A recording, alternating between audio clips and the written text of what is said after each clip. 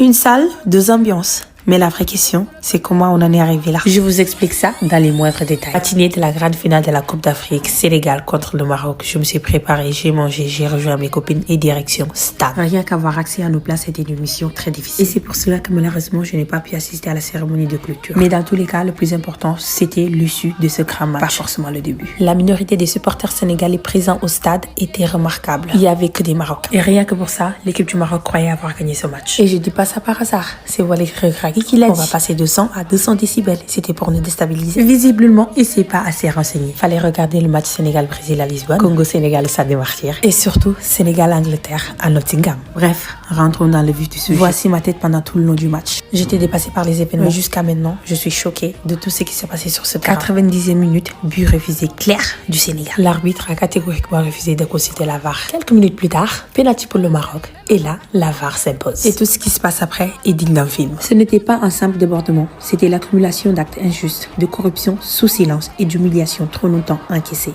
Tout le monde l'a vu, tout le monde l'a subi, personne n'a osé parler.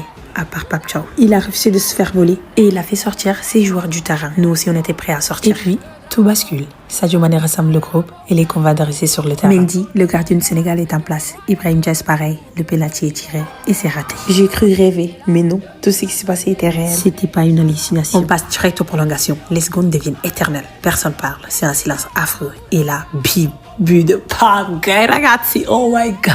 Les voisins ont attrapé froid d'une manière. C'était mémorable. L'équipe du Sénégal a continué à se battre, à chercher un deuxième but. C'était attaque sur attaque. Rien n'est laissé à l'adversaire. À travers ce match, on a rappelé au monde entier c'est qui le Sénégal. On a montré notre valeur, notre détermination, notre foi. Ce match n'était pas qu'un match. C'était un message clair et net que tout le monde a entendu, sauf les corrompus, bien évidemment. C'était ma première CAN et certainement la plus belle des CAN. Merci aux Lions de la Teranga. Merci à notre coach Pape Thiaw. Et tout mon soutien va aux supporters du 12e Gaïdé qui sont actuellement injustement détenus au Maroc. Ici Salimata, double championne d'Afrique, votre reporter de match préféré. Bisous!